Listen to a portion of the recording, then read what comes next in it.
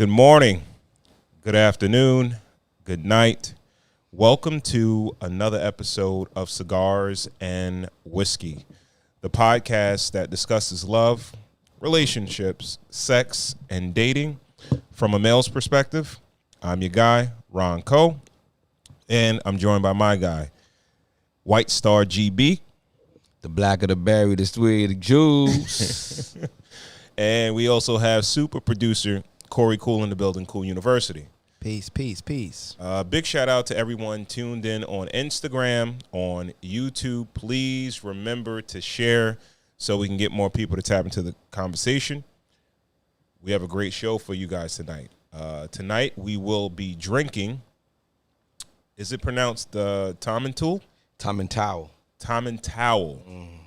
16-year Scotch. Speyside Glenlivet single malt Scotch whiskey. All right.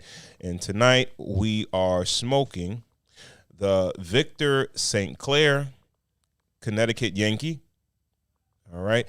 And we will be discussing. Topic of the night is going to be, does body count affect happiness in a marriage? Okay.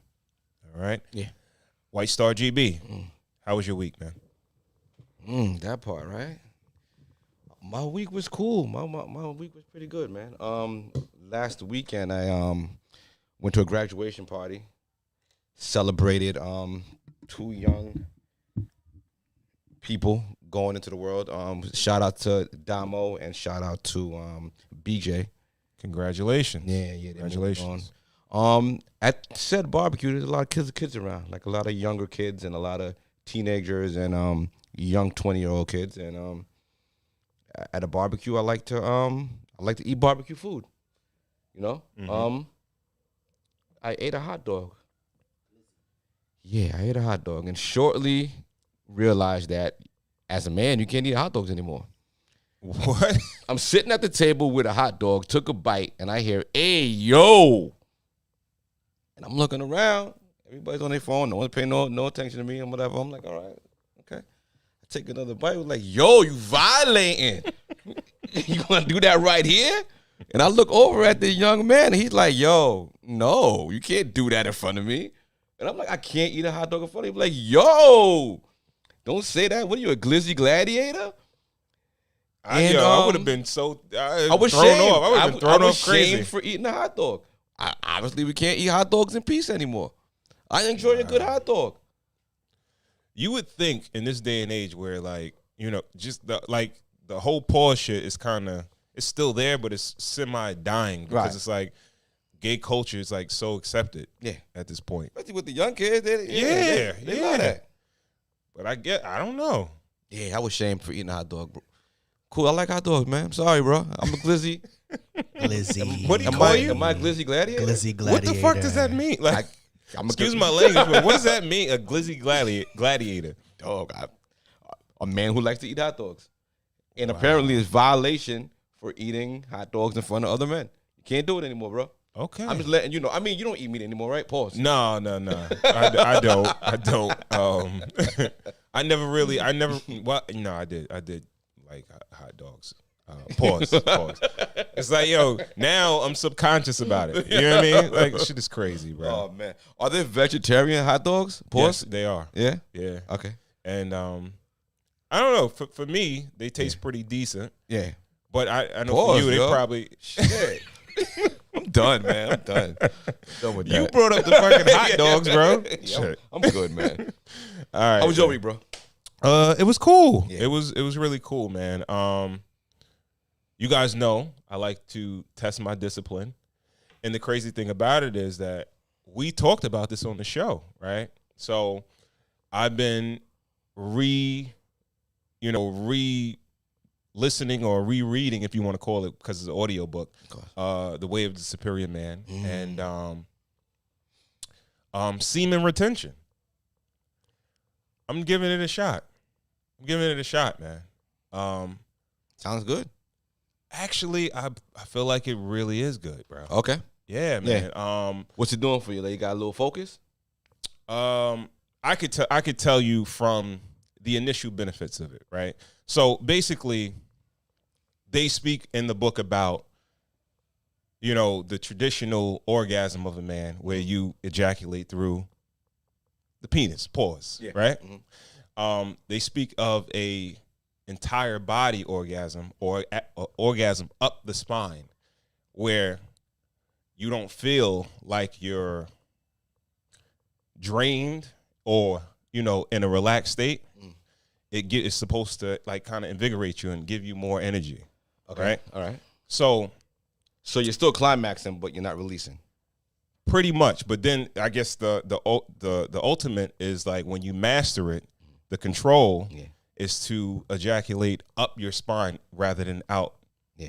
Your urethra, your penis or whatever. Okay. Right? Okay. But the benefits I see so far is that, of course, we know when you have an orgasm, you feel empty, drained in a sense. Great, relaxed. Right? Okay, go ahead. And then normally when a normal sexual experience, it's done when the man has an orgasm, right? But if I never have an orgasm. I mean, that's round one, right? Yeah. I'm saying for some of us, yeah. Some of us not. Okay. Right? Mm-hmm. But for me, like now, it's not, all right, it's over with. It's like to be continued. You understand what I'm saying? Oh, okay. So you feel like you're a better lover. Oh, yeah, for sure. Okay. Because definitely longer lasting, right? And then also you got to figure that I'm not, having an orgasm. So I can continue to have like today, tomorrow, and the sessions are longer. Okay. You know what I mean? Okay. So, and then I feel like. So you like, just a joystick now. You just going for it. Like you just out there. Well, you gotta kind of control yourself. You know what I mean? Yeah. But also another thing is that I think it lends to more focusing on the woman having an orgasm. 100%. Because if I'm not physically having one, how are we gonna know we done? I guess you would say that it'll be done when she climaxes versus me. Yeah. You know what I mean? Because if I'm not, it could be all night. So I would say those are some of the initial benefits. Okay. What are some of the cons now? Blue balls. Well, of course, you're testing your discipline. Yeah. Right? So any man, you get to the point where you're getting excited to the point where you're about to get to that point. Yeah. And you want to get to that point, but then you have to stop yourself. So that's the part of testing your discipline. What do you do to stop yourself? I might take a little break. You start thinking about your taxes, or yeah, sometimes you might have to. Right. Yeah, sometimes you might have to. Right. You know what I mean? You do whatever it takes to kind of get your mind off of. You walked in and Cool was like, "Yo, do you sense something different with Ron?" I was like, "I don't know. Maybe that might be it. Maybe you seemed a little pinned up to me, ladies and gentlemen." All right? No. I don't know. I think the opposite. No. It was backed up, bro. No, I don't think it wasn't that. It's just like also I'm here. My wife, she went away with my daughter. Okay. And I'm here with the young bull. Yeah. So right. I got to make sure he's straight. Absolutely. We trying to get everything together for the pod. So that's all that was, So with the semen retention, where do you? All right. So you're saying that you're trying this out. Where do you see this going in the future? Like, do you see yourself doing this often, or this is a way of life? Definitely. As a way of life? Possibly. But never gonna nut again. No. Okay. No. The only difference is and that be a young boy, never nut again. No. Okay. See, this is the thing. It's supposed to be that you have the control over it. Okay. Not all right. Your partner. So you're nut when you want to. When I want to. All right. Okay. I control it. All right. Not, my partner. Yeah. So that's what it is. You felt like you was loose before? What do you mean? You felt like you didn't have any control over it before? You were just blank man out here? Not necessarily. I wouldn't say not necessarily, right. But of course, like just for like the guy listening who wants to maybe try it if it's for him. Like, who do you think this is good for? I think it's good for everybody, and I think it'll be fantastic for your partner. Well, that's the thing. Okay. $1 million question. All right. So longevity with this thing, right? Mm-hmm. Your partner, right? That's their job. Their job is to get that from you, just like, your job is to get that out of your partner. Okay. Won't your partner feel that, their job is not being done over a certain amount of time? Because that's what it's all about, right? Does that make your partner feel almost less than, that they cannot or will not be able to get that from you? That's how you know you've done your job. Question, Cole. I'm not sure. But okay. Also, if you reversed it, like I said though, the ultimate goal is to master it in the sense of when you having want to. that when I want to, having the control, and also there's supposed to be a full body orgasm. All right, or now a that's up the cap, spine all right, orgasm. Listen. That's not happening, all right? All right? We let you get that off the first time, but I'm gonna try. I'm gonna try. I'm gonna try. Shit. All right, all right. I'm gonna try. I got you. I just think like the way, ladies work. I would Right? I would have to speak to my wife about it. Right, Like she, I think it's cool now, but But, I feel like after a while, it's like, wait a minute, I have a job to do here. Now, I guess it works in the case of birth control, right? Works for that. Yeah. But I mean, we've signed up to keep each other happy. So But I'm not unhappy. no, I know, but remember, Yeah. it's a double-edged sword, right? So your other partner, them not feeling like they are getting you to this, right? That you have this control that's just not. I think eventually that wears or would wear on a lady partner, right? Oh, but there's a lot of lady partners out there that are not having orgasms with their partners, and But that's not at their will. That's the person not being good enough to get them where they need to go. I think traditionally most And men. we're married. This is different. So we're in a different space. I get it. I'm talking about let's talk about people in relationships in marriage. I feel like you would speak. I don't know what the statistics are, but I would believe that if you spoke to a group of women and they asked you, if you asked them how many orgasms have they had, I don't think it would be in the high numbers. All right, but can I just say one Yes, thing? yes. I got a friend that is my age, and he said to me just like maybe a year ago, he said, "I didn't even realize sex is better when the woman enjoys it also." I said, "What?" Like, it's better when she enjoys it and she has an orgasm. Yeah. Like he was 39 at the time Yeah. and said that. So this is how men think. You got to understand that. Yeah, that's immature. And I feel like I mean, like, come on. Like, you got to get her off, you know what I mean? Especially in a long-term relationship. And I feel like, if you're not, then that's for you. Like, that's why I was asking you, like, who is this good for? If you can't get right, if you can't take your time and make sure that she enjoys herself as well as yourself, then maybe this is for you. Okay, also, another thing is I think it heightens the session where it's like you enjoy the act of, the oneness of doing the act versus just the end. You understand what I'm saying? I'm with you. Where were you at before, though? I mean, I'm like, because I feel like that's what sex is, isn't it? Like, you're naming all the things that sex is anyway. Like, you enjoy the act and you get your shit off.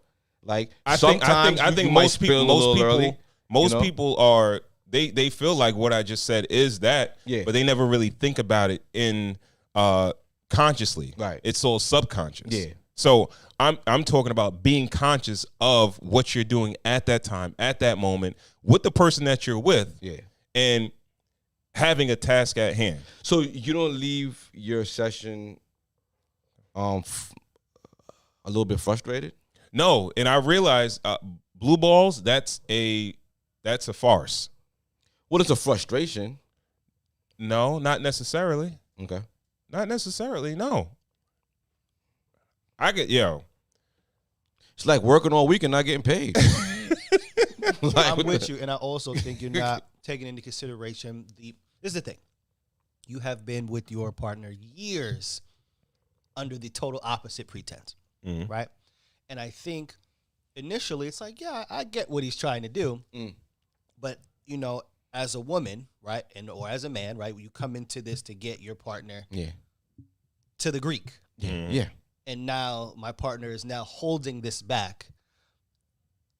I don't know how fun that is over a certain amount of time, you know? I feel like it's a overreach. I feel like it's like a person being like, all right, I need a little more discipline. I need a little more discipline in my life. Let me go to jail to get some discipline. Like it's like you're volunteering to go to jail almost. I feel like it's an overcompensation for a little problem. Why? Because the best thing on earth is a nut. It's like you're taking away your greatest joy in life. Again, I'm not saying I will never have a regular orgasm. Okay. I'm not saying that. Are you waiting for the spine thing? No, you can. No, the only difference is that I will choose when it comes out I like would that. just say for the greater good, don't choose too long. Because I feel like, you know, your partner gets enjoyment out of getting that from you. So if you're stopping that, you're now removing. Because, okay, look, for myself, I enjoy getting my part. But I also enjoy knowing that my partner got their part too. My wife said And that's so the far ego of sex. she's enjoying it. Okay. No arguments there. No argument. You know what I mean? So Well, she ain't got no Wi-Fi. She in the woods, so. Shout out to wife. yeah, so that, you know, again, guys, that you guys know me. I probably tried, you know, so many things to test my discipline. This is just something new that I'm giving a shot, and I think so far so good. So, but that was my week. Nah, All it's right? amazing. Salute to you. All right, so shout out to everyone tuned in on Instagram, YouTube. Please remember to share so we can get more people to tap into the conversation. If you don't follow us on Instagram, please do at Cigars Whiskey. That's Cigars with an S, Whiskey. All right, check us out on YouTube, Cigars and Whiskey Podcast, Cigars the Ensign Whiskey Podcast. Remember to like, share, and also subscribe to the channel. If you missed any of the previous episodes, you can always go back and check us out on the podcasting platforms, Apple, Spotify, etc. Anywhere you listen to your podcast at. And when you do that, again, remember to like, share, and also subscribe to the channel. Also, leave us a 5-star rating with a comment. It helps the platform grow. All right. If you have any questions, any comments, any recommendations, by all means, hit us up. If you want to recommend a cigar, a spirit, or even a topic, hit us up on Instagram. If you have a product or service and you would like to sponsor a show, you can shoot us an email at podcast@cigarswhiskey.com.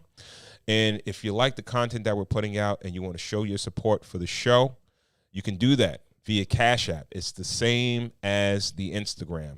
Cigars Whiskey. Cigars Whiskey. Gifts. Y'all got that Brooklyn preacher out here stunting. Yep. Send us a little something too, yo. All right. And please remember to check out our guy, super producer Corey Cool, on his platform, CUNY Radio, Daily Rap Podcast. All right. And you can check him out as the voice of 90.3 WHPC, The Play It Cool Show, every Thursday, 7 to 8 p.m. You can check out that and everything else that he has going on by following him on Instagram at Cool University. That's Cool, UNIVERCITY. All right. Couple of great episodes this week, cool. Yeah. All right. And now that we got that out the way, White Star GB. What are we drinking tonight? We are missing our ghetto sommelier, KB. But shout out to KB. Yeah, shout out to my boy, man. We're gonna fill in for him. We are drinking Tom and Towel. Yeah, a Scotch out of the Speyside region of Scotland. All right. This is a gold medal winner. It's won gold medals in Russia.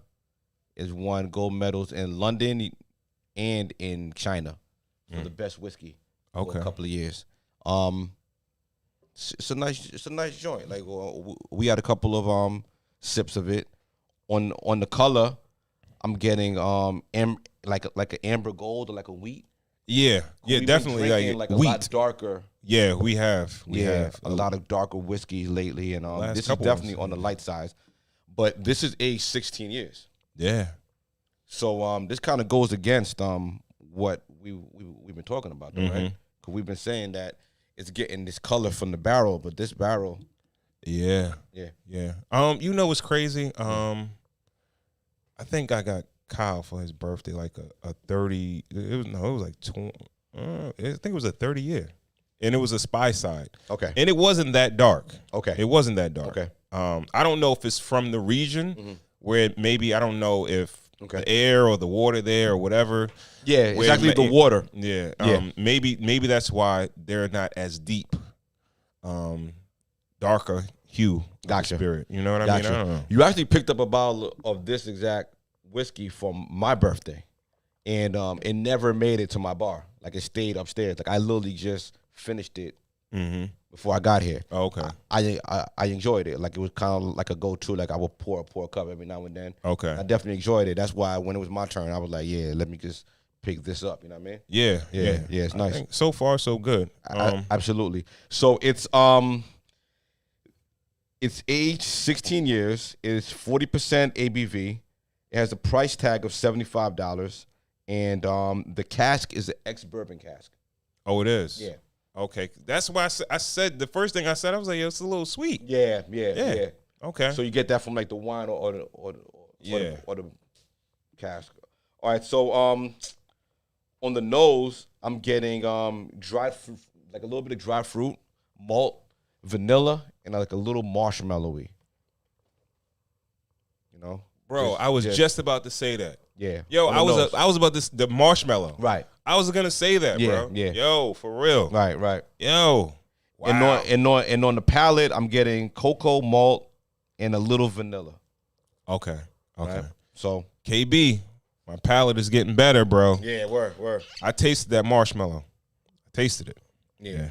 So we're gonna work on it, and we'll let you know what we think. Yeah, we'll let it marinate, and we'll come back to you and let you know how it fares. Absolutely. All right. And tonight we're going to be smoking the Victor St. Clair Connecticut Yankee.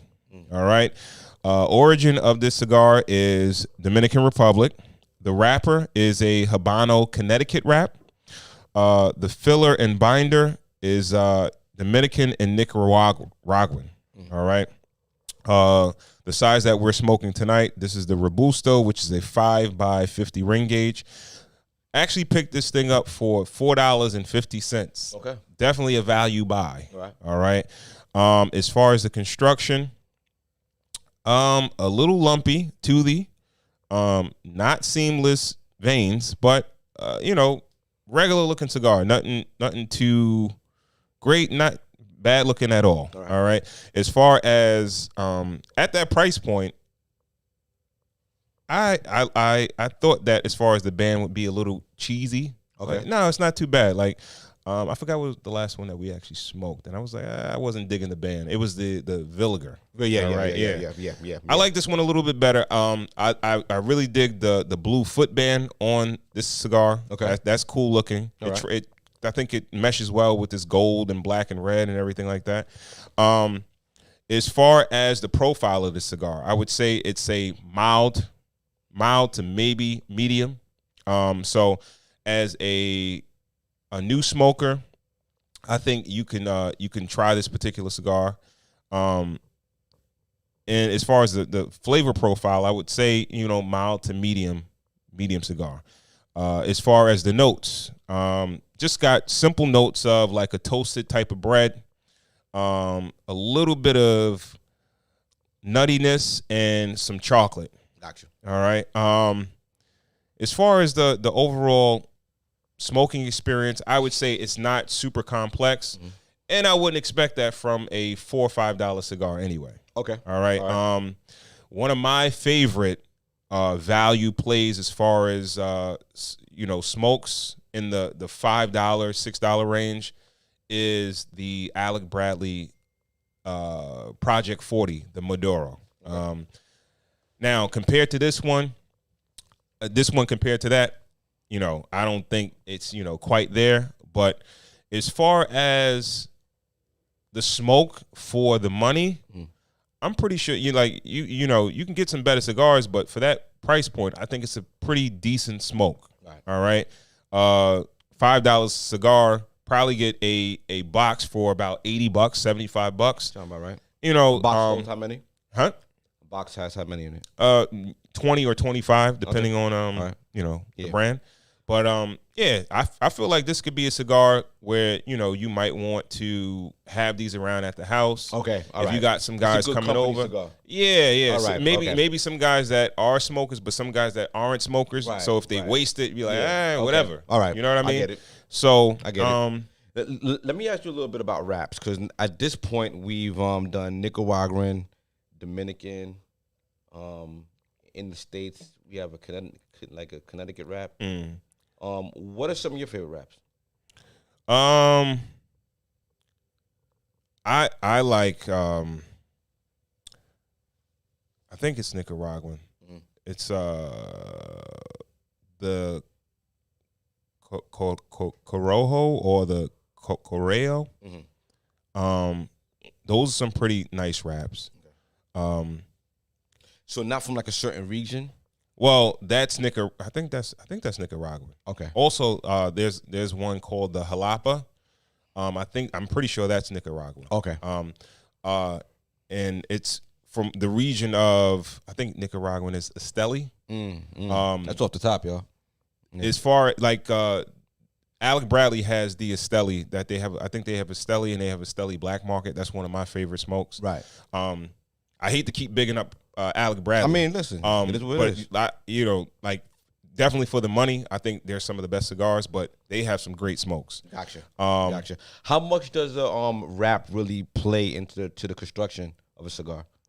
Does it mean like can you taste? I think every part. Wrap? Yeah. Like you got to think about it. It's when you think about the anatomy of a cigar. Yeah. You only have the binder, wrap, and the filler. Literally like 3-4 parts of the cigar. You know what I mean? So, and you're gonna sit there with that cigar for an hour and a half. Every part does definitely make a difference. Yeah, and that's the part of the cigar you come in contact with most. Yeah, and it's like as far as like it's so many nuances when you're smoking cigars. Just like when you're drinking whiskey, scotch, bourbon, whatever. From the first third to the last third of the cigar, it could be different transitions, how complex the cigar is. Same thing like with spirits. Right. You know what I mean? Can a bad wrap ruin a cigar? Absolutely. Okay. Absolutely. Does that have anything to do with like the touch-ups and the lights or anything like that? Oh, yeah, that's a fact. Okay. All right. Well, a lot of times it could be, maybe some wraps. I can't say that one particular region has bad wraps that are terrible for touch-ups and relights. Touch-ups and relights, I think, is more or less like moisture, dryness and moisture. It's like a storage thing. Yeah. Okay. Yeah. Right. Yeah. So, yeah. All right. Yeah. All right. So, We gonna smoke it later. the Victor St. Clair Connecticut Yankee. I would say, not a bad smoke for the money. Pick it up at your local tobacconist. Buy one, buy a 5-pack, buy a box. All right. All right. Cool. All right, so we'll push this thing along and we'll move on to our topic of the night, which is going to be, does body count affect happiness in a marriage? All right. We actually put a question up in a clip earlier today. All right. We want to give the young lady credit who actually was the original creator of the clip. Her name is Just Pearly Things. Just Pearly Things on Instagram. She's Just Pearly Things on YouTube. All right. And she actually talked about basically does a woman's value decrease as her body count increases? All right, we're going to run the clip. With more than 5 guys, your chance of a happy marriage after 10 years goes from 80% to 25%. Why? Why? Why? Casual sex. Why? Because the more men you sleep with, you lose your ability to bond with each one. Hair bonding. Yeah, it's pair bonding. So if you sleep with one guy, you're going to compare the next guy to him. If you sleep with 10 guys, you compare all 10. If you sleep with 20, you compare all 20. And guys hate being compared to other guys. Well, they hate being, but it makes you more divorced. Like, Yeah. You're not likely to be divorced, but you're more likely to leave. Okay. All right. Yeah, I'm gonna run it back. Basically, what she said was that if a female sleeps with less than five men before she's married, she has a 80% chance of having a happy marriage. Right. And once she passes that 5-man mark, the probability drops to 25% chance of having a happy marriage. Okay. And she said as that number increases, the percentages of that female having a happy marriage also decreases. Okay. All right. That makes sense. You know, the less bodies you have on you, the more viable of a wife you are. You know, I think she's kind of talking more to like the mental aspect of it, right? Like the female aspect, like what she's thinking in her head, right? Yeah. Okay, but all right. Before we even get there, All right. Do you feel like body count of a woman increases or decreases their value? Yes, the higher the body count, the less likely you are to be wifey material and, you know, marriage material. Yeah. Okay. I feel like that. Yeah. I feel like as a man, it's almost like your social. It's almost like your social credit report. You know what I mean? Like your credit line. You know what I mean? Mm-hmm. You've given your body to so many men. You've made so many bad decisions. Even if you say it's a good, you know, decision, I feel like you just gave it away, you know? And it kind of decreases your odds of finding a good man. Okay. Yeah. All right. So she said, like, okay, somebody that's actually married, right? 5. Right. You feel like 5 is a high body count? I think 5 is the sweet spot. I feel like we would all like to imagine our wives had 5. I think 5 is a stomachable number. Okay. Yeah. But do you think that's realistic, though? Yes. I live in La La Land, yes. Okay. Okay. All right. Yeah. You okay. I mean, nowadays, I don't think it's realistic because of society has kind of like made it more made it more acceptable for women to be more promiscuous. But honestly, like, I hate to do this. Back in our day, 5 was the sweet spot. 5 is a perfect number. I don't know if that's even Not the that we case. would ever ask, you know, like I don't think I've ever asked a woman her body count, but I feel like you could feel her body count. Yeah, I get what you're saying, but the reason why I feel like it's unrealistic because even back when, you know, we were in the dating phase, right? You got to understand that the average age that a woman starts to become sexually active is about 15 and a half. Let's say 16 years old. Spooky. Right? Girl, that's and also the average age that a woman gets married is 28. Okay. Right? All right. So technically they're going to be sexually active for 12 years, right? And if we just use, I guess you could say, somewhat conservative numbers, right? All right. And the only number that we pretty much have in the air at this point, the last person to really speak about it was like a Steve Harvey, right? Where he implemented the 90-day rule to females, right? So realistically, that's saying that most females are probably going to have 2 to maybe 3 sexual partners in a year. And let's just curve the number for possibilities of long-term relationships, getting out of a relationship, time to get into a new relationship, and you give them that 90-day rule also. Most women are gonna be above 5 sexual partners. If a young woman's goal is to get married and to preserve herself for her husband, she can keep it below 5 easily. Yeah, you're gonna have your little slip-ups, but you're gonna have your relationships, and you're not just gonna give it up. You know what I mean? Mm-hmm. If that's your goal. Now, if you're feeding into the narrative that we're feeding our women today with the hypersexualization of everything like that, you'll surpass that in the summer. You could pass. Yeah, that's a Miami weekend for some chicks. You know what I'm saying? You know, but they aren't wifey material. You can't wife those. You know what I mean?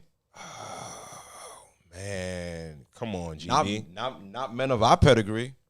No, I get it, but you talking about you've been to some of these college parties and shit like that, right? You know, we ain't graduate college, but we've been to some colleges and been to some parties. Absolutely. And that same female that is graduating in her books and just, you know, blazing trails, right? She was doing her thing in college. In college, the numbers turn up. You understand what I'm saying? Yeah. There are some women that are in college that actually have boyfriends and things like that, but like you got to figure, all right, I feel like a woman's sexual history is more like a mountaintop where it may start slow at a young age, then it may peak, and then once she getting to the point of marriage age, she starts to slow down because she may be getting into a long-term relationship heading towards marriage. Yeah. But that peak, that 2 partners a year could turn to 4 or 5 a year. It's a rough year, especially if you're if you got other variables like college and shit like that. I think you decrease the level of man you're gonna get with all those mistakes you make as a woman. You know, men could tell. Men could tell, especially now with social media. We could tell by how many male friends you have. We could tell by how much interaction you have with other men you have on social media. You know, we could tell by just how many how many men you're friendly with. Oh, yeah. Even you know, men could tell. It doesn't intimidate men. It's called a red flag. Too many dudes around, too many loose dudes around means my wife was promiscuous at sometimes. You know, and you know there is a pecking order. It might move you down in the pecking order depending on how deep that man's stable is. You know, so good luck. You know, so I don't recommend it. You know what I mean? So 5 as far as the body count. Sweet spot, beautiful number. All right, but is it that? My question is it realistic? Is it really realistic? Right. Some cultures marry virgins. Absolutely. Today, in 2022, there's a man on a Friday night marrying a virgin tonight. Okay. Right? So it's not out of the realm. Like, yo, we can raise quality women. You could find a quality woman out here. You don't have to settle for a woman with a checkered past. Yeah. Okay. You know what I mean? All right. So we'll move into the conversation forward with the statement that she made. Yeah. As far as the more sexual partners that a female has, the less likelihood of her being happy in the marriage. Okay. What do you think about that statement? I've never been a woman. I can't dispute her. Her numbers sound a little dramatic. I can't dispute what she's saying. I like the message, so I'm not going to argue it too much. What do you like about the message? What do you just feel? It feels like it kind of shames women into it's telling them slow down, and it's coming from another woman. You know, it's been coming from us for a long time. You know, and from us, it's been coming from a point where, you know, We spent the first couple of years trying to get in their drawers and trying to get their numbers up. And now that we're older, we're looking at them like, slow down. So it does sound a little hypocritical. Absolutely. You know what I'm saying? But coming from a woman, she looks like she's like a reasonably young woman. So, you know, almost like a peer, you know, telling them like, yo, I know what society is telling you, that no one's going to judge you. Do your thing. Whole culture, whore culture, whatever prevails. But in the real world, people are going to judge you. Slow down. You know, you have a reputation to uphold. And honestly, like, that's her message. Now, her reasoning, I feel like, is a little off. Like, so, she's more like on the mental side of it. Like, she's not going to be happy because she had better dick in her life. Okay. That's what I take. Well, let me explain what she was saying. All right. So she called it. It's the term is alpha widow. Please explain that. Alpha widow is basically saying that a female, the more sexual partners that she has, it leads to her having more men to compare her husband to, right? Okay. Basically what she was saying is that, and I think this is one of the things that affects women in dating today, about as far as when they have all these requirements for men, is that she said some of these females are not necessarily the greatest aesthetically looking females. Like, you know, let's just say on a number scale, let's say this female is a 6, right? And she's able to, in college, high school, or something like that, she sleeps with a guy, or she's fucking with a guy that's technically supposed to be a 8, 9, or a 10 on the male scale, right? So the guy, he hits it, or he fucks with her for a little bit, he's having a sexual relationship with her, he goes his way. Yeah. She still wants to be in a relationship, but he doesn't. Because, you know, he's an 8, 9, or a 10. She's a 6. Because he's out of her league. He's out of her league. Right. So now she gets the available box for that night. Yeah. Okay. So she feels like, all right, well, I had this 8, 9, or 10. I can get 8, 9s, and 10s, right? So when she's looking for a husband, well, this guy John, he was an 8, 9, or 10, and I was sleeping with him for a minute. He was, you know, he was into me. But he never married her. He wasn't into you. Yeah, well, he was into the sex. Right. So that's what can be confusing to women, you know. But at that point, now she feels like, all right, I should be able to get an 8, 9, and 10. And when it doesn't happen, and she gets with her husband, who's a 6 like her, or a 5, she feels like she's settled. So now it's like she's still thinking about. Does she check other boxes? It's almost like she's kind of debunked the whole Disney princess myth. Like, sex is a major part of things, you know, major part of a relationship, you know. But you have to kind of factor in everything. Like, and I could only come to this with like a man's point of view. Yeah. Like, great sex is great. It's a great check. It's maybe the biggest box that you have to check. But there are other boxes, you know. You know, someone who's available, someone who's an owner. Now coming earner, I mean, the term widows, alpha widow. Alpha widow. It's almost like she's grieving. She's grieving the loss of the alpha male. Absolutely, that's what it's supposed to be. That she never had. Exactly. So it's almost delusion. I guess you could say, in a sense, right? But it's also like the one that got away. A lot of females, using them, so they don't really realize that they were being used, or what's going on here. You speak to a lot of females, right? Not really. No, I'm just saying. I'm just speaking in general. Okay. If you speak to a bunch of females, right, 10 females, and you be like, yo, you know they just had sexual relationships with guys. Okay. Like, you be like, yo, oh yeah, he was just fucking you.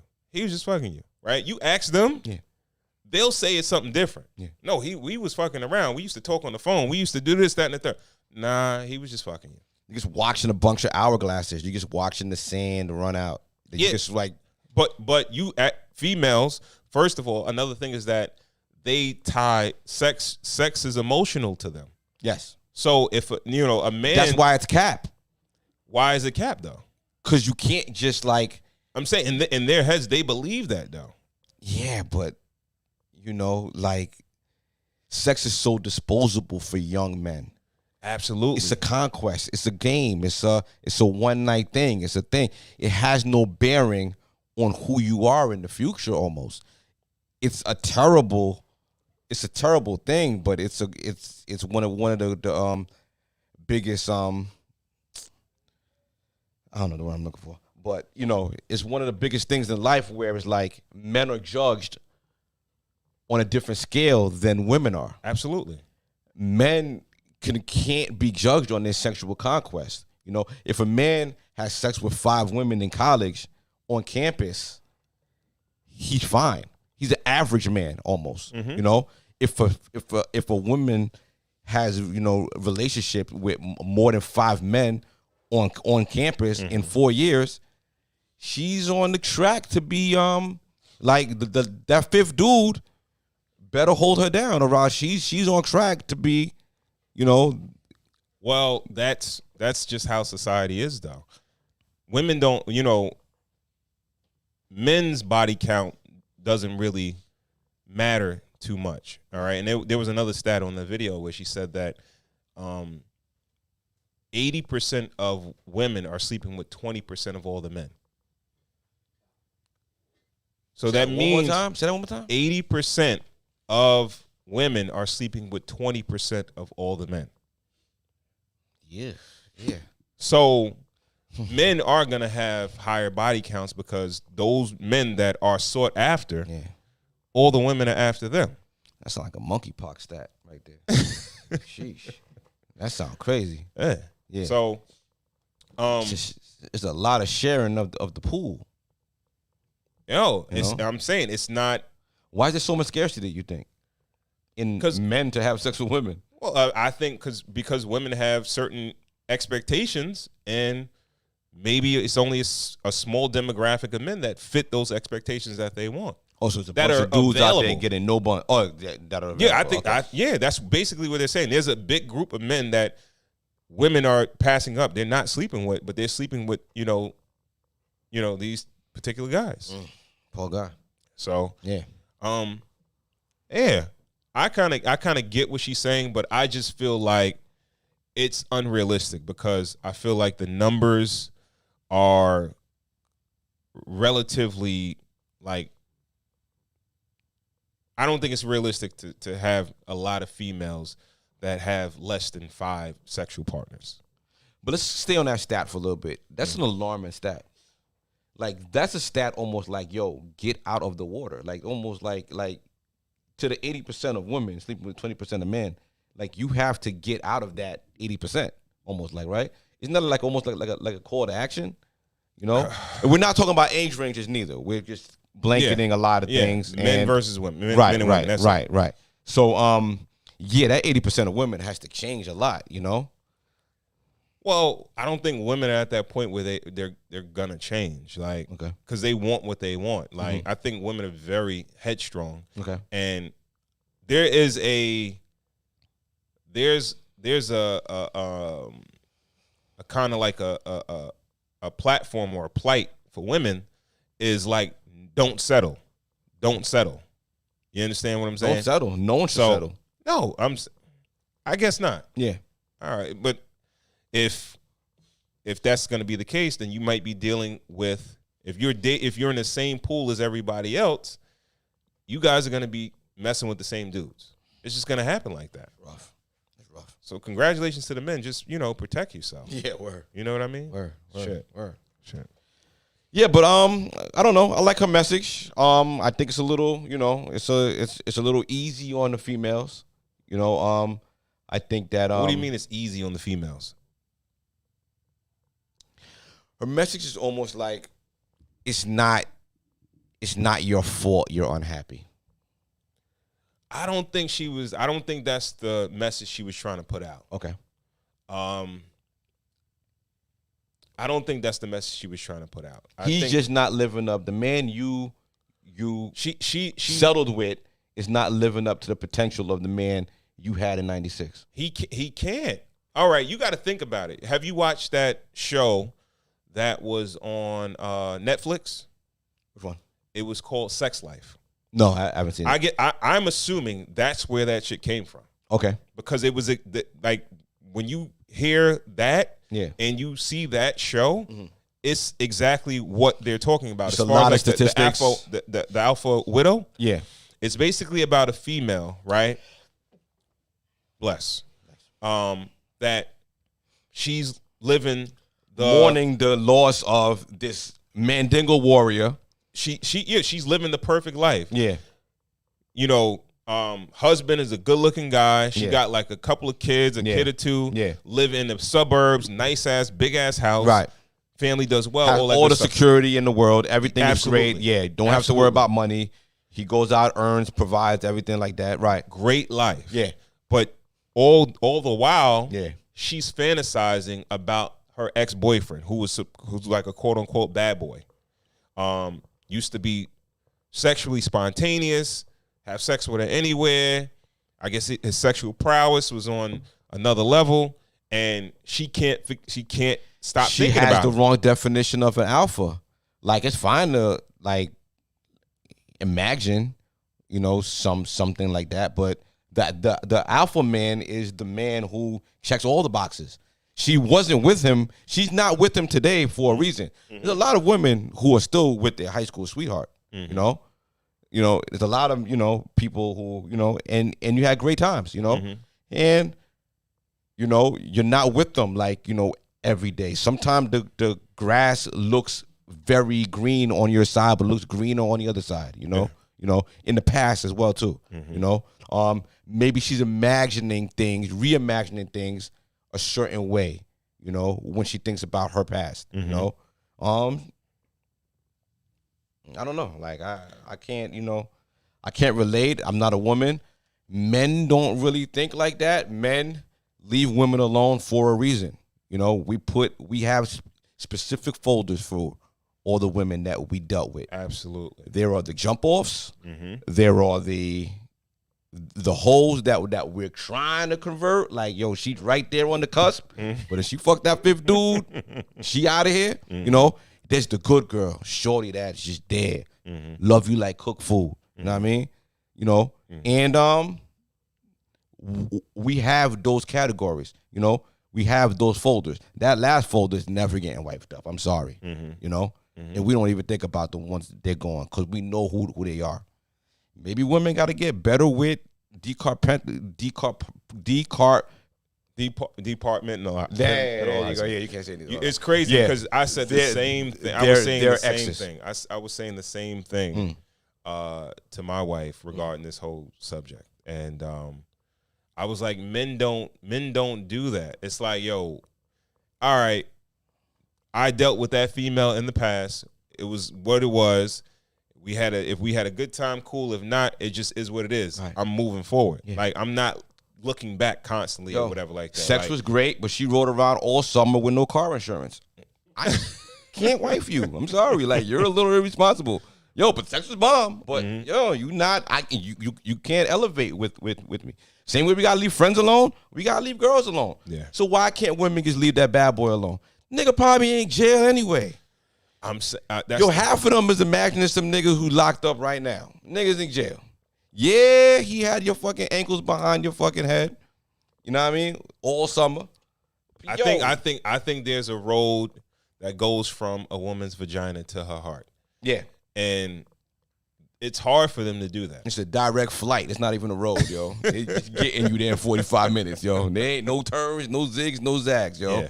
Men could kind of look at things like, and we could fake it too. We could act like we liked and we're trying to help you, but we know you have no chance. Once we find that good girl, and once she put that ultimatum on us, it's over. Yeah, it's over. You know what I mean? We're gonna wipe that up 9 out of 10 times. Okay. Women could just always romanticize the past and things like that. Like I said, I feel like her comments were kind of on the psychology of the woman who's not happy in her relationship. Yeah. What does a woman that's not happy in a relationship look like? I don't. That's a. Good Is it sex? Like, I don't know. I don't think it's a lot. You know. I think that sex could be part of it, and in relationships, things spill over on each other. Absolutely. You could have a sexual problem, and then it winds up going into a money problem. Yes. And because it's just like, yo, the one building is falling all over the next one, and the then next it becomes a parenting issue. Exactly. Then it becomes exactly. Absolutely. So it could start there. But sex is super important. Yeah.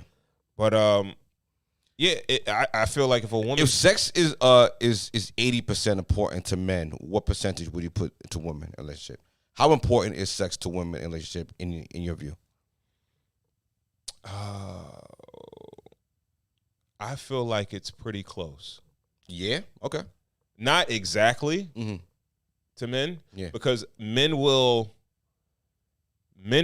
have a problem with something, and if their woman gives them sex, they'll forget about it. Right. Right. But women, same thing. Like, you could have an argument, and you could not resolve that argument, and you could have sex, and it'd be like, oh, okay, we good now. Okay. You understand what I'm saying? So you might go back to that argument later on. That's what I'm saying. But 9 out of 10 times, you know, going back to the but argument. It's a Band-Aid sometimes. Okay. So sex is powerful. Yes. Very powerful. Yeah. So, I think it's. So we posted it, right? What kind of responses are we getting on our social media for it? That's a great question, but are I don't people have agreeing with her, or people? A lot of people did not agree. The females did not agree. It was very triggering for the females. You would have to go through and actually. Okay. I just kind of want a general consensus of what people. It's a great thing that you said that, because I told the people that were on that commented under the post that I would read them. Big shout out to Carolina Curly Chick, because there was a couple of posts that we had, and she has an opinion. Okay. She has an opinion, and I think she's a modern woman that's like, you know, she could be triggered by some of the stuff, some of the content that we put out. But question: why do we put trigger warning on top of that post?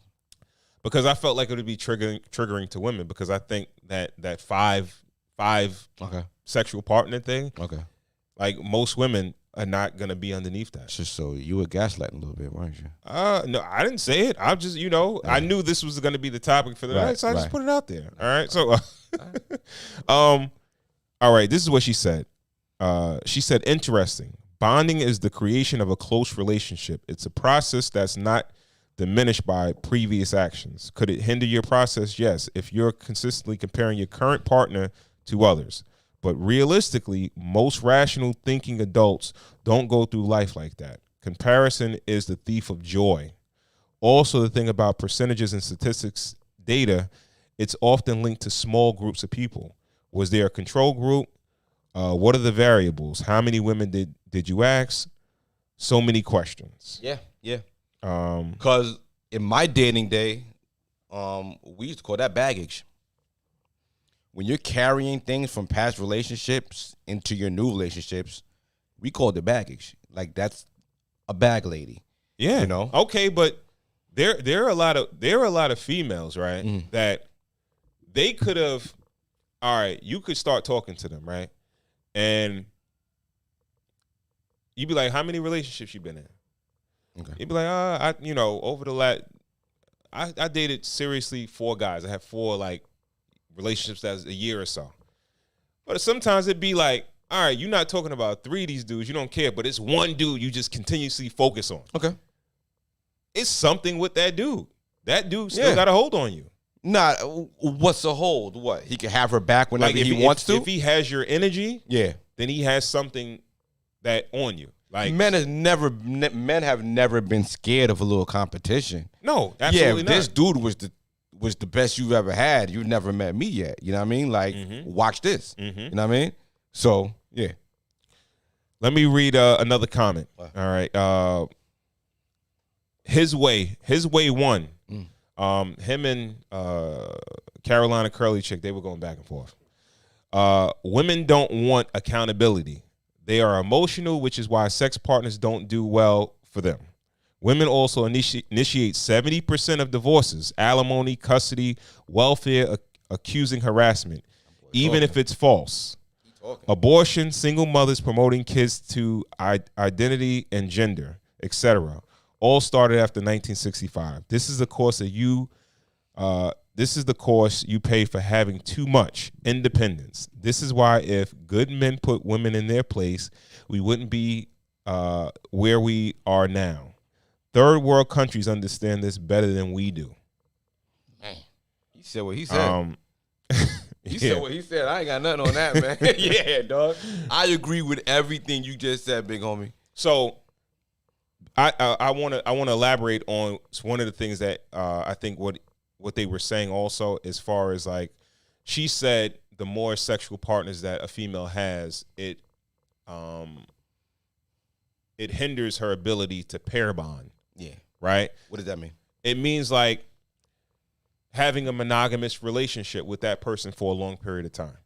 Right? So you see the term mainly with animals and shit like that. It's some animals that pair bond for life. They might pair bond for a season. They might pair bond just to mate for that season. Then they go mate with somebody else the next season.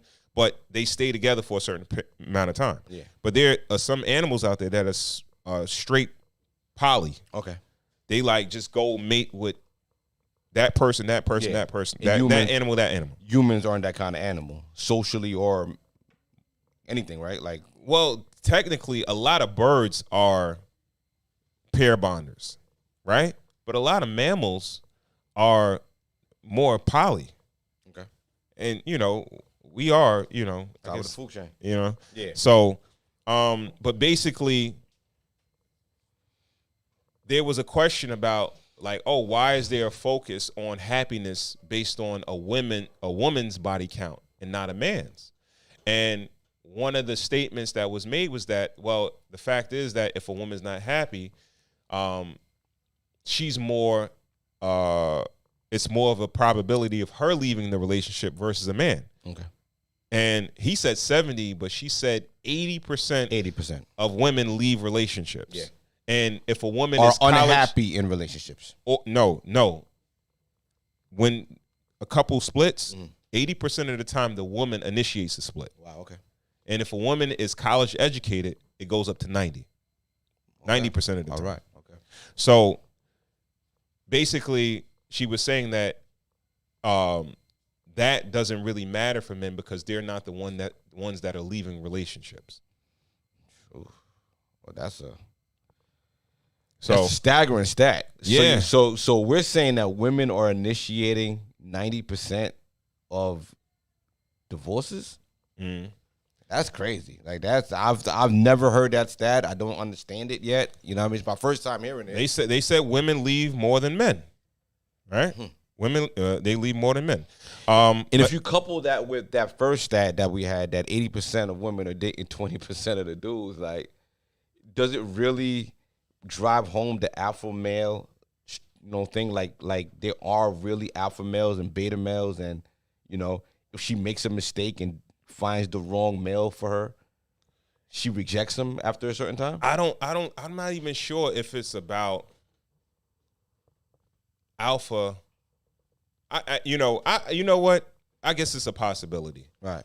Because basically let me rewind, cuz she's basically saying that if the wife views her husband as less than her past sexual partners, then that's when she's not happy. Okay. And she's not saying that 80% is or 25% is guaranteed that you're guaranteed to be unhappy, but the likelihood of it, right? So some of these women could have a lot of sexual partners, but if their husband is a top dog and he does him, then she'll be happy also. You understand what I'm saying? So, Let me just read a couple more comments. Moist mood memes. All right. Clearly, she is naive. If after 10 years, sex is the thing that determines whether or not you are happy in your marriage, then your marriage is bound to fail. Sex Can't argue with that. Sex is very important, but is it? I asked you before, like, what percentage, is it to like a female? You really couldn't, I feel like it's pretty important all the way around, but. I would if you said a man was 80, I would put it at definitely like around 60. Okay. That's a good gap though. That's a good gap, and 60 is close to half. And close to half isn't enough to actually leave, I get it. We I guess my thing that I always bring up is that women have access to sex, men have access to marriage. Yeah, relationships and marriage. Yeah, relationship and marriage. Mm-hmm. Does this, stat, dispute that? Why? Why would you feel like that? Because women are getting men in with sex, and that's how they get us there, and then they rule us out if they want to, keep us with them. You know what I mean? Keep us. No, all right, that's not right. We're doing this live, so all right. No, that's not what I meant. Women have access to sex. Mm-hmm. Men compete for that aspect, at first, Mm-hmm. Once we have you in our realm and we have you like around us, once we conquer that, mm-hmm. If you like us and we like you and we deem you to be wifey material, that's when you kind of stay around. Mm-hmm. Yeah. And this kind of disputes that because it kind of really puts the ball in the women's court. Well, no. It actually adds a third layer to it. It actually adds a third layer because once you're married, now the stability of the marriage depends on the woman's happiness. That's basically I guess what you could we're say saying. That, though. Right. Yeah. Other than as far as the access to the marriage or the relationship, I think it's still on the man. Right. But yeah, the now how long the marriage lasts, the health of the marriage, everything like that. Because I would never agree with that. I definitely would agree with that. But every time you hear in the news someone's getting divorced, even if it's a high profile male, it is usually the wife that's filing for divorce. Mm-hmm. So it does kind of make sense, It makes sense in a lot of times because it could be financial. Mm. It could be the male was the offender. So he's not, you know what I mean? So, yeah. You know what I mean? Because before this, that's what I always thought. I always thought, like, all right, guys fuck up and, women take them back. But I never would just think, like, a woman is just unhappy in a relationship and she just blows, That's why I felt like that whole stat was based on, like, for men. Yeah. Like, you just did everything right, but she just don't want you because you don't fuck her like her old boyfriend used to. So, we feel sorry for you. Yeah. You know what I mean? Yeah. But I never want to feel like a victim. Like, I think more or less, like, for men, it's a confidence thing, a mindset thing. Like, you can't. And you know what? Crazy thing about it is some dudes probably not even worried about past partners, past relationships, and all that good stuff like that. But I think that a woman can sense, right? If a man's trying to cater to her too much, like he's vying for her attention too much. Okay. Where I don't use the alpha and beta terms, but like maybe she might feel like he's more beta if he's instead of trying to, I guess satisfy her sexually, he'll try to make up in other ways. Well, take it from well, I don't know about that. Not satisfied sexually, but I've been a beta in a relationship before. I could honestly say that. You know, I've just tried to please and constantly please instead of actually laying down what my plan is and what our goal is for everything like that, and actually leading us into that right direction.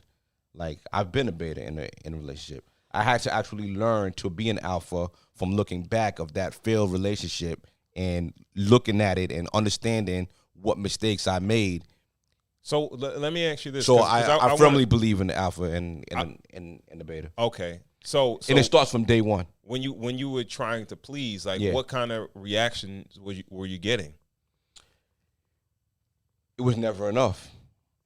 It's never enough. When you're reacting to a woman's emotions and you're trying to please that woman's emotions. Like knee-jerk reactions, like, oh, you mad? I got to fix it. Exactly. Yeah, okay. I got to buy you something. I got to fix it. We got to do this. I got to do that. I got to take off from work to do this. I got to do that and do that. You know, you feel like that's the way. You feel like the way to make a woman happy is to make her happy. And that's the wrong way to actually approach it. Yeah. You know, I had to look back at that failed relationship and understand, like, okay, this was my fault. Mm-hmm. I can't recreate these things, you know. Mm-hmm. It wasn't that much of a shift. I was almost there. You know what I mean? I didn't have to change much, but I did have to believe in myself, my purpose, my goal, and my leadership. Mm-hmm. You know, not to think like, yo, you can fuck up. I fuck up all the time. You know, yeah. As the alpha, you know, you have to accept it, eat it, you know, keep it moving. And if she's upset, you just gotta fix it. And it is what it is. You're here. Let's do this. You know what I mean? Not blame her for anything and not pass off any blame or anything like that. You know, but you know, alphas, and you know, I firmly, you know, think that there are alphas, and they, you know, and I feel like alphas are made out of betas.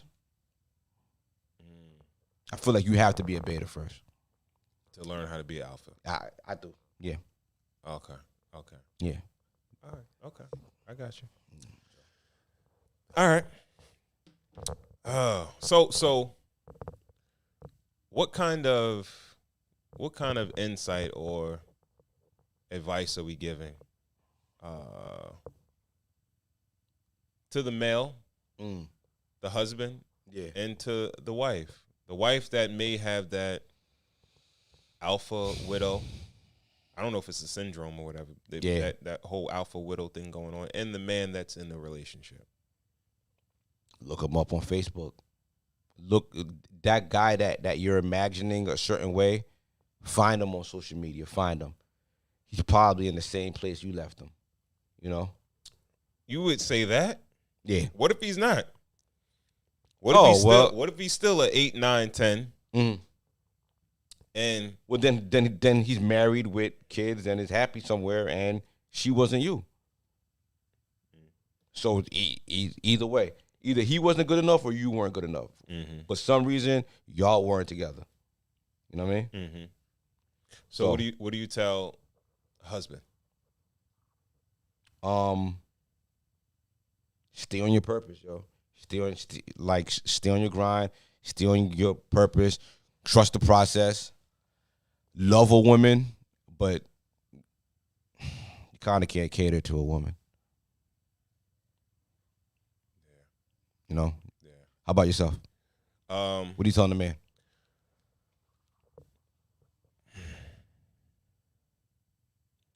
Well, the man doesn't even really know what's going on. Because if a female is like verbally saying something like that, that's just total disrespect. Right? Yeah, that part. So let's just say it's internalized. If you see that's the thing, because you would only see outward like frustration from the woman to see that she's not happy, right? No knee-jerk reactions to please, especially if you know you're not doing anything wrong, right? Also, sometimes you just gotta let her be upset. Like, yo, you're not the fixer. right? You're not a fixer. Like, all right, my job is just to make my wife happy. One thing that I realized just recently is that even people in relationships, you're responsible for your own happiness, right? Yeah. And if two people are happy separately, I think they make a better couple, right? So it's not one person's happiness is not dependent on the other. So I would say don't be beta like and try to be Mr. Fix It, because sometimes a lot of the times some of the shit don't even have nothing to do with you. You know, it's something that's within your wife or whatever. And if the inevitable happens, you can't be afraid, right? I learned this as a broker, right? Because the big thing was like, yo, you were fishing for whales. That's what we called it, fishing for whales, right? You're pitching guys stock on a daily basis. You want to land the richest guys that got the most money. If they got the most money, they can send you the most money, right? But you would see a guy, once he lands a whale, he treats them with kid gloves on. Gotcha. Don't want to talk to him nice. And you got to understand, like, this dude he's the boss where he is. He's probably the owner of the company, or the person that runs the company, CEO or something like that. So he's used to giving orders. Gotcha. He doesn't need another order taker. He brought you in for your expertise. Yes. Yeah. And you would have the guys that got it. They would talk to these guys like they were shit. Like, yo, like, you a regular guy. I don't care how much money you got. Okay. You buying this stock. Send me over $1 million. I need $1 million. If you don't send me $1 million, I'm firing you as a client. Wow. Okay. All right. You understand what I'm saying? Yeah. So, I'm not saying you have to be that extreme with your lady, but you gotta be willing to walk away if it's just, Absolutely. if you see the writing is on the wall, because it's not, you can't compete with imaginary figures, right? For the woman, I feel like you're not with that. People got to realize, like, if you're not with that person, it's for a reason, right? And as far as the alpha widow thing, and like I said, I feel like women are suffering from this a lot, because we've had previous episodes speaking about women that have these expectations, and they're quick to say, I want a man with this, that, and the third. I won't settle for a guy that's short. I want this or that or whatever, right? And I think the reason being is because they've had semi-success in the past dating guys like this. They were never married to these guys. Yeah. But these guys slept with them. They dated them for a while. And these same guys now, when they're having trouble getting these level of guys, they can't understand why. And it's like, no, I'm not settling, because I know I had this in the past. Yeah. So if you're not with that guy, it's for a reason. And I would say, if you feel like you settled, or you're settling for something really lesser than, it's a difference between settling and kind of tweaking your expectations, or tweaking your list of wants. You know what I mean? It's kind of compromising. I wouldn't call it settling. It's like, yo, I wanted to buy a Benz, but shit, I had to buy a fucking Pinto. Yeah. Like, that's a settle. It's not like, oh, yo, I wanted a Benz. I wanted a fucking SLR. Yeah. And I didn't get that. I got a fucking, some other high end Benz, or a low, Right. Yeah. So we started off the conversation. You were talking about, you were reading that book, The Way of the Superior Man. Mm-hmm. What are qualities of the superior man? What should women be looking for in a superior man?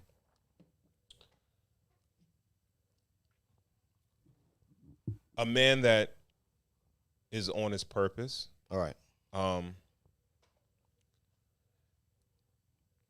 It's gonna should she believe in her in his, you know, what if his purpose is not really believable, or should she believe in his purpose, or just him on the purpose? Not though. How could you not? Okay. Because if he's a superior man and he's focusing on his purpose, you watching him focus on his purpose should be more than enough to show to believe it. Got you. You know, like a superior man, if he's fugazi and he's bullshitting, you're gonna see that. You're gonna see right if he's not a superior man, you're gonna see like, yo, he's that's fugazi. That nigga's, okay. He's front. What else? He's above anything, I guess you could say, petty. Okay. And he won't engage in petty arguments and petty things. He's above the regular things. He won't engage in he won't. Spats and especially with his women, where it's like he understands that a man is more calculated and technical versus a woman being emotional. I like that. So when his woman does have a problem, has an attitude, it's because she feels like, you know, she's lacking something. And usually it's like it's like a love thing, right? And if she's going through something, instead of trying to be like, let's say she had a problem at her job with her boss, some shit like that. You can't do nothing about that. What, you gonna call her boss and get her fired? Nah. Instead of saying like, what you want me to do? Can I do something for you, whatever? Nah, you sit down with her. You know, you rub her, hug her, like, yo, don't worry about that shit. Right. You know, like, yo, I don't give, you know, don't let that shit bother you. Yeah. Shit, worst case scenario, you want to get another job, get another job. Yeah. Fuck that big head nigga, whatever. You have a laugh about it. Yeah. Show her some love. Yeah. And you make her feel better in that way. Now, if she and a superior man knows that, like, yo, if she's still not, she might just want to be in that space. So you give her time. You know, It's just more about understanding. Right. And it's about the way you go about things in life. It has really nothing to do with your monetary value. It's the way you handle the world, and you handle your relationships, the world, your friends, everything like that. You cooking. Give me one more.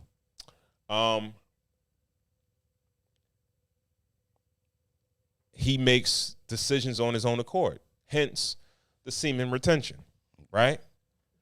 It's my seed. I control it. You don't control this. I control it. Okay. Right? So when a woman sees that you're not disciplined, right? Yeah.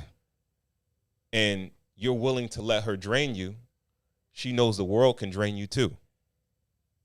Right? Can I fight back on that a little bit? Sure. Go ahead.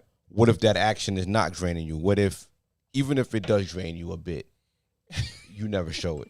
You fight through How it. How does that make sense? How does that make sense? We can't move the goalposts on that. We know what sex does to a man. We know what sex does to a man. It refocuses on them. I mean, we're talking about all the. All right, I don't know. I don't want to linger on that. I want you to stay on your point. But yeah, but basically, it's about discipline. It's about discipline, and the thing is, like, a woman, we might not see it, but subconsciously, when she can trust you to do what you say, like you say, yo, I'm not doing that. You know, nah, I'm gonna keep it. Man of his word. I'm a man of my word. Right. If oh shit, oh shit. Yeah. I didn't mean to do it, but I did it.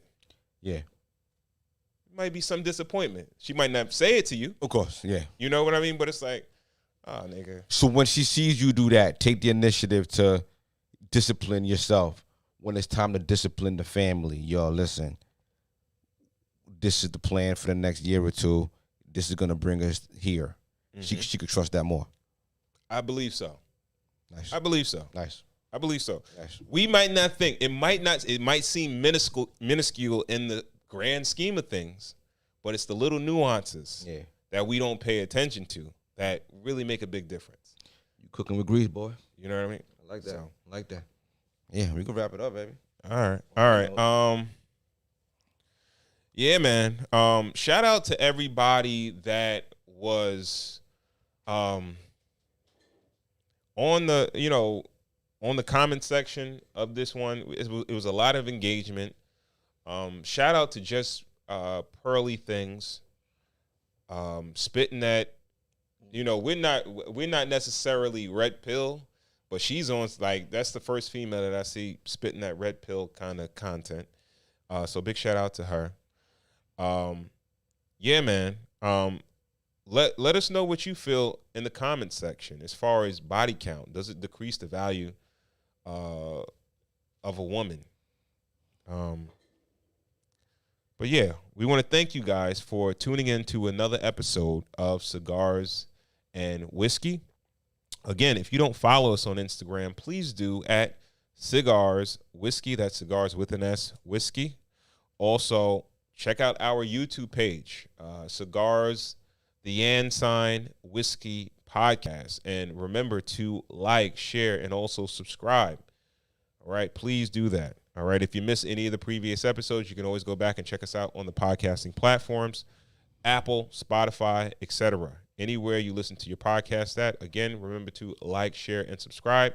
Leave us a 5-star rating with a comment. It'll help the platform grow. All right.